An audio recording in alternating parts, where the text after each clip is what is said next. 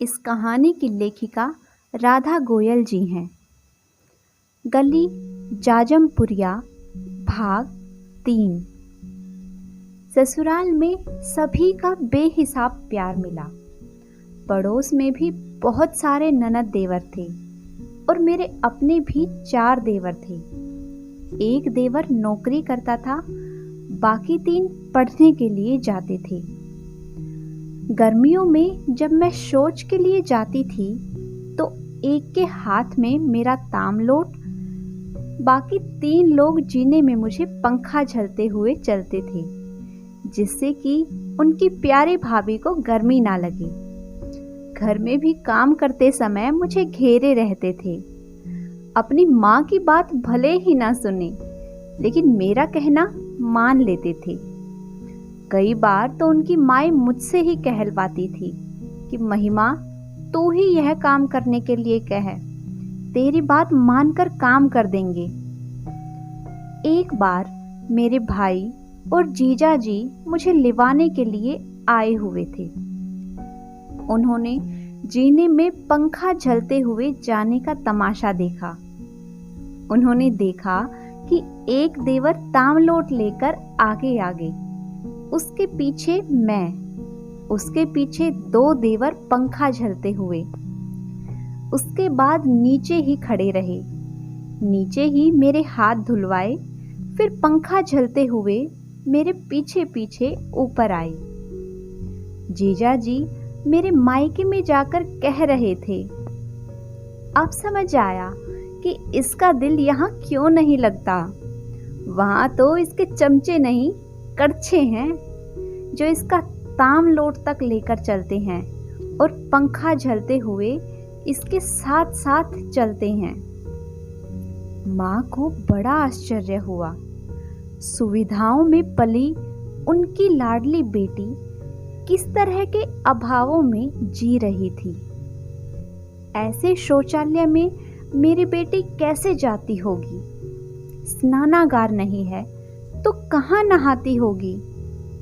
खाने वाले इतने लोग और कमाने वाले केवल 2, कैसे गुजारा होता होगा? बचपन से ही मेरे मायके में स्वदेशी वस्तुओं का प्रयोग होता था। पिताजी संघ के कट्टर समर्थक थे। इसके बावजूद भी गांधी जी के विचारों का स्वागत करते थे, क्योंकि गांधी जी ने ही देश में सबको स्वरोजगार के लिए प्रेरित किया था, छुआछूत को दूर किया था। सविनय अवज्ञा आंदोलन, नील की खेती के कारण बंगाल में भीषण अकाल आदि की बातें पिताजी हमें सुनाते रहते थे। हमने पिताजी द्वारा लाई पुस्तकों में उन सब बातों को पढ़ा। तब दूरदर्शन का जमाना नहीं था, पुस्तकें ही ज्ञान प्राप्ति का माध्यम थी। उनमें पढ़ा कि उन दिनों अंग्रेज कच्चा माल अपने देश में ले जाते थे। हमारे देश के लोगों को गुलाम बनाकर अपने देश ले जाते थे। उनसे बेगार में काम लिया जाता था। वहां से तैयार होकर माल भारत के बाजारों में बिकने के लिए भेज दिया जाता था। उस वजह से यहाँ के सभी उद्योग धंधे बंद हो गए थे। यहाँ तक कि गुरुकुल भी जला दिए गए थे, जिसकी वजह से उच्च शिक्षा प्राप्त करने के लिए इंग्लैंड जाना मजबूरी हो गई थी। बचपन से ही अपने देश के वीर सपूतों की कहानियां और पौराणिक कथाएं बहुत पढ़ी। महात्मा गांधी ने जब विदेशी सामानों की होली जलाई, विदेशी वस्तुओं का बहिष्कार किया, घर घर में सबको सूत बुनने व चरखा कातने के लिए प्रेरित किया और कहा कि अंग्रेजी कपड़ों का बहिष्कार करो, अपने हाथ से बुनकर कपड़ा बनाओ। ऐसी कहानियां हम अपने पिताजी से सुनते रहते थे। घर में इतिहास संबंधित पुस्तकों की भरमार थी। एक कमरे की पूरी दीवार में अलमारियां बनी हुई थी जो ऐतिहासिक व पौराणिक पुस्तकों से भरी हुई थी। माँ पिताजी चाहे दूसरी कक्षा पास थे, किंतु हमारे माता पिता का ज्ञान इतना अधिक था कि इतिहास के ग्रेजुएट को भी मात दे सकते थे। इतिहास और पुराणों का उनको बेहिसाब ज्ञान था। माँ बाप ने हमारे खाने पीने में कभी कोई कमी नहीं रखी। कभी यह नहीं सोचा कि लड़कियों को ज्यादा ना खिलाया जाए। हम 4 बड़ी बहनें थी, भाई बाद में हुए। चारों बहनों को इतने लाड प्यार से पलते देखकर लोग जलते थे। सर्दियों में एक दिन छोड़कर एक दिन चूरमा बनता था, जिसमें पूरा एक डोंगा देसी घी भी डाला जाता था। एक दिन मीठी सेवइयां बनती थी। बेकरी से हाथ के बने हुए बिस्किट बनवा कर लाते थे, जिन्हें हम दूध में डुबो डुबो कर कितने सारे बिस्किट खा लेते थे, जिसका कोई हिसाब ही नहीं है। मेरी जेबें हमेशा चिलगोजे, बादाम और किशमिश से भरी होती थी। रास्ते में चलते चलते खाती रहती थी। कहीं कोई पत्थर मिल जाता था तो उससे थोड़े से बादाम फोड़कर अपनी जेब में रख लेती थी और खाती हुई जाती थी। गर्मियों में रोज सुबह और दोपहर को दही की मीठी लस्सी बनती थी। मिट्टी के कूंजे वाली दही मैं ही लेकर आती थी। आते आते थोड़ी मलाई भी चट कर जाती थी। देसी घी बनाने के लिए क्रीम लाना भी मेरा ही काम था। बड़ी बहन को बचपन में पोलियो हो गया था, तो उससे ऐसे काम नहीं लिए जाते थे, इसलिए ऐसे काम मैं ही करती थी। माँ क्रीम बिलोकर उसमें से मक्खन निकालती थी, फिर उससे घी बनाती थी। मैं मक्खन का एक बड़ा सा गोला अपने लिए अलग से लेती थी और चटकारे ले लेकर खाती थी, बड़ी धौंस जमाकर कि इतनी बड़ी डोलची उठाकर तो मैं इतनी दूर से लेकर आई हूँ, मेरा पूरा हक बनता है मक्खन खाने का। मक्खन से जो घी निकलता था वो भी बहुत दानेदार होता था। थोड़ी चीनी मिलाकर रूखा खाने में बहुत मज़ा आता था। अब भी सोचकर मुंह में पानी आ गया है। आजकल ऐसा शुद्ध घी कहाँ कि रूखा खा सकें। रोज फिल्मिस्तान के पास नंदू हलवाई की दुकान से रसगुल्ले आते थे, जिन्हें हम सातों बहन भाई एक ही बार में 4-4 डकार जाते थे। भाई तो अब भी खा लेते हैं, पर हम लोग मधुमेह के कारण नहीं खा पाते। यह लगभग रोज का नियम था। दिन में भी गली में कुल्फी वाला आता था, डंडी वाली कुल्फी, गुड़िया के बाल, बर्फ के रंग बिरंगे गोले, आम पापड़, रोजाना रात को ठंडा दूध, दिन में माँ के हाथ का बनाया बेल का शरबत और ना जाने क्या क्या। जब चीन ने भारत पर आक्रमण किया तो जिंदगी ने एकदम टर्निंग पॉइंट लिया। प्रेमचंद के उपन्यासों में गांव की गरीबी का वर्णन पढ़ते थे। मन में सोचती थी कि एक ऐसा गांव बसाऊं जिसमें सब तरह की सुविधाएं हों, लोगों को शिक्षित और जागरूक बनाऊंगी। मेरा ससुराल भी तो किसी छोटे मोटे गांव से कम ना था। खाने वाले 12 लोग और कमाने वाला केवल एक। सुबह ट्यूशन, दिन में नौकरी, शाम को फिर से ट्यूशन पढ़ाने जाना और रात को 12 बजे तक घर लौटना। रजत के अध्यापकों ने ही पिता की मृत्यु के बाद 10वीं कक्षा के विद्यार्थियों की ट्यूशन दिलवा दी थी। परांठे वाली गली में रहने वाले मामा जी, सास के मामा का लड़का, सरकारी नौकरी का एक आवेदन फॉर्म लाए और रजत को कहा कि इसे भरकर फलां जगह जमा करवा दे। वो फॉर्म भरकर जमा करवा दिया गया और कुछ महीने बाद सिलेक्शन हो गया। बीए करने के लिए इवनिंग कॉलेज में दाखिला लिया। मेरी शादी के फौरन बाद ही बड़े देवर की नौकरी लगी। उसने भी कोई कम मेहनत नहीं की थी। पार्लियामेंट हाउस में अवर लिपिक की नौकरी लगी। वेतन 250 रुपये था। वो ओवर टाइम करता था, जिससे 200 रुपये अतिरिक्त मिल जाते थे। उनके ऑफिस में एक तरह से कॉन्ट्रैक्ट पर काम होता था। ऐसा नहीं है कि दिन में कुछ ना करो और शाम को ओवर टाइम काम करो। बकायदा दिन में भी 20 पृष्ठ टाइप करने के लिए दिए जाते थे, जो टाइपराइटर से टाइप करने होते थे। एक शब्द भी गलत हो गया तो दोबारा टाइप करो। सरकारी नौकरी से पहले वो लोहा भवन में नौकरी करता था। ससुराल में तब नहाने वाला साबुन नहीं होता था। कपड़े धोने वाले साबुन से ही सब नहाते थे। बाल भी कपड़े धोने वाले साबुन से धोते थे और कपड़े धोने का साबुन सीमित मात्रा में आता था। रजाई के गिलाफ कास्टिक सोडा डालकर साफ करने पड़ते थे ताकि साबुन कम लगे। कास्टिक सोडे से हाथ फट जाते थे, लेकिन तेल इतना नहीं होता था कि कपड़े धोने के बाद हाथों पर थोड़ा तेल लगा सके। कहने को तो उन दिनों काम करना वर्जित था, लेकिन सारा भारी काम उन्हीं दिनों करना पड़ता था, मानो पहले से सोचकर रखा हो। गर्मियों में उन्हीं दिनों इमाम दस्ते में मसाले कूटने पड़ते थे। मिर्च कूटते समय आंख और नाक से बुरी तरह पानी बहने लगता था। कई बार तो मूसल हाथ में लग जाता था। मन में तो बहुत रोना आता था, लेकिन आंखों से कभी जाहिर नहीं होने दिया।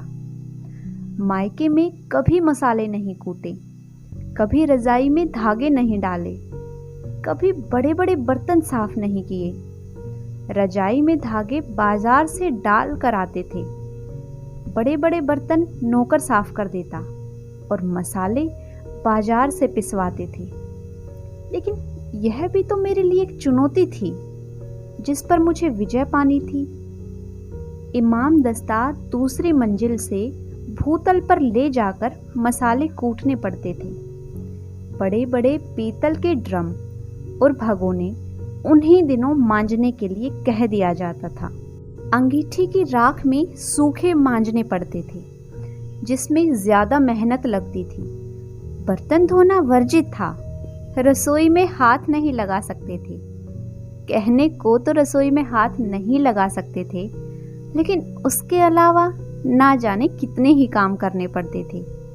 सर्दियां शुरू होने से पहले के दिनों में ही रजाई के धागे उधेड़कर रुई बाहर निकालकर पिनवाई जाती थी। धनुक आवाज लगाता हुआ घूमता था। छत पर उससे रुई धुनवा लेते थे। उन रजाइयों को साबुन में कास्टिक सोडा डालकर धोना पड़ता था ताकि साबुन कम लगे। कास्टिक सोडे और साबुन वाले पानी का पतीला भी भूतल पर ले जाना पड़ता था। ऊपर डंडे से कपड़े नहीं धो सकते थे। जहाँ कपड़े धोने की जगह थी, बिल्कुल उसके नीचे बीच की मंजिल वालों की रसोई थी। एक की रसोई शयन कक्ष के बाहर वाली छत के नीचे थी। नीचे पूरा दिन पानी आता था, इसलिए कपड़े नीचे ही धोने पड़ते थे। जो हाथ से मलकर धुल सकते थे, उन कपड़ों को मैं ऊपर ही धो लेती। पहले दिन रजाई उधेड़ना, दूसरे दिन धोना और तीसरे दिन उसमें धागे डालना। चौथे दिन से सिर धोकर चौके में जा सकते थे।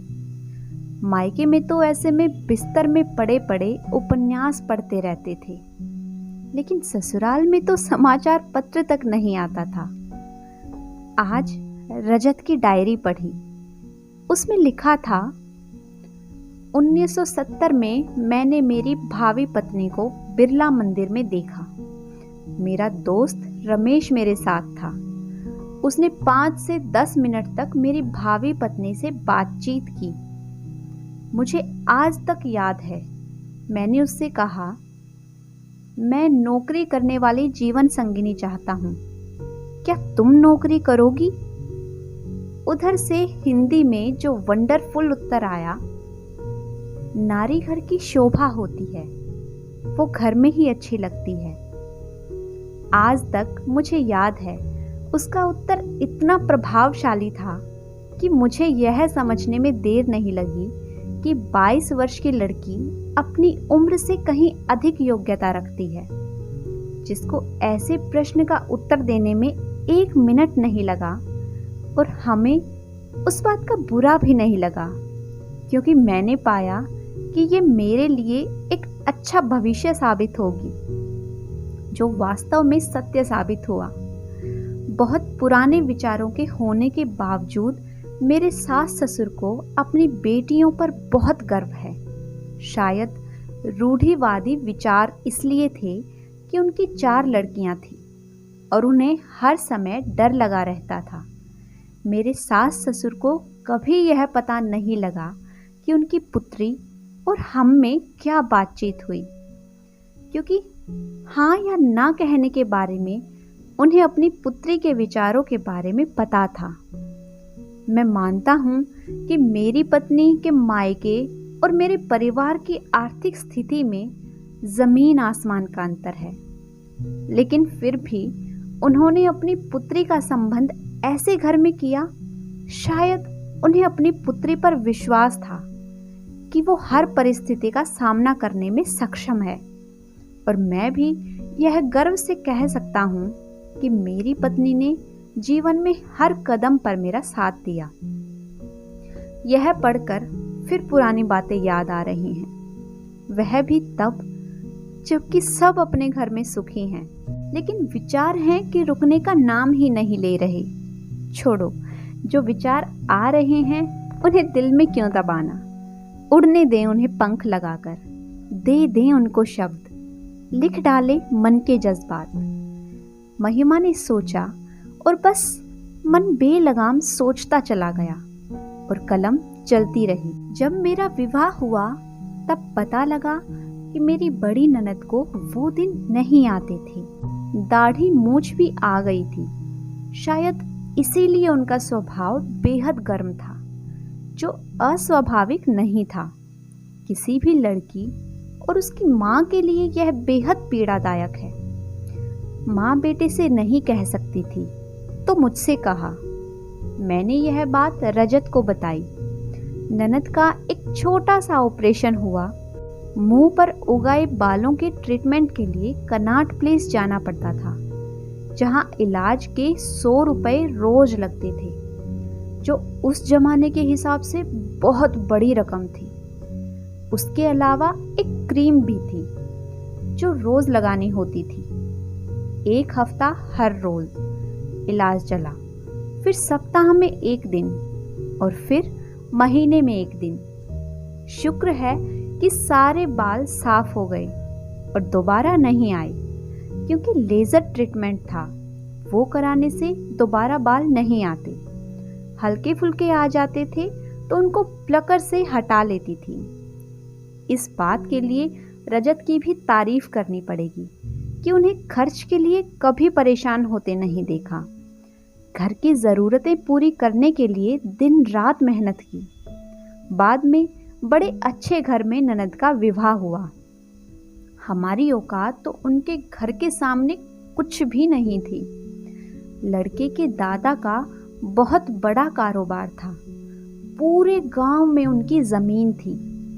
यहाँ तक कि दादा ने अपनी वसीयत में अपने सभी पुत्रों और पोतों के नाम एक एक मकान और एक एक दुकान कर दी थी।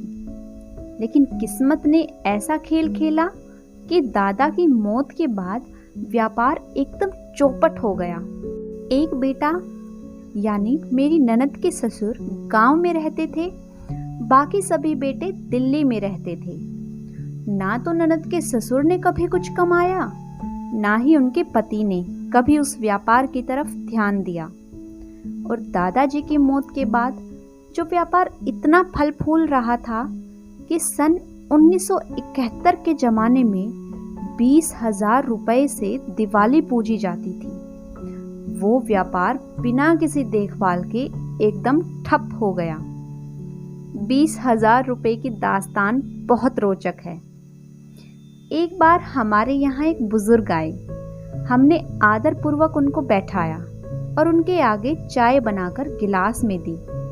तो वो बोले, मैं गिलास में चाय नहीं पीता, लोटे में पीता हूँ। फिर लोटे में चाय बनाकर दी। मेरी बड़ी ननद पास ही बैठी हुई थी। उन्हें देखकर बोले, इस छोरी का रिश्ता बहुत बड़े घर में होया से। सब हैरान कि इन्हें कैसे मालूम कि इनका रिश्ता हो चुका है। सबने उन्हें ज्योतिषी समझा और अपना अपना हाथ दिखाना शुरू कर दिया। हमने भी अपना हाथ दिखा दिया। वो बोले, या बहू बहुत भागवान है, जब तक इस घर में आई से बरकत ही बरकत हुई से। ये सब करते करते संध्या काल हो गया। एक पोटली देते हुए बोले, इसमें घणे नोट्स हैं, कित कित लिए डोलूंगा, काल आकर ले जाऊंगा। सास ने वो पोटली रख ली। जब रजत घर आए तो उन्हें सारी बात बताई और पोटली दे दी। पोटली में रखी रकम गिनी तो पूरे 20,000 रुपए थे। रजत एकदम आग बबूला हो गए। वो जरूर कक्कू के दादसरे होंगे।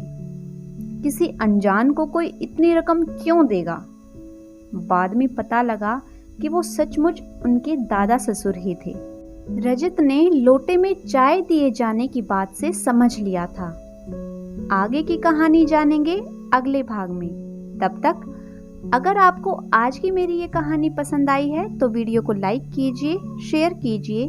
साथ ही अगर आपने अभी तक मेरे चैनल को सब्सक्राइब नहीं किया है तो जल्दी से चैनल को सब्सक्राइब कर लें। Thanks for watching.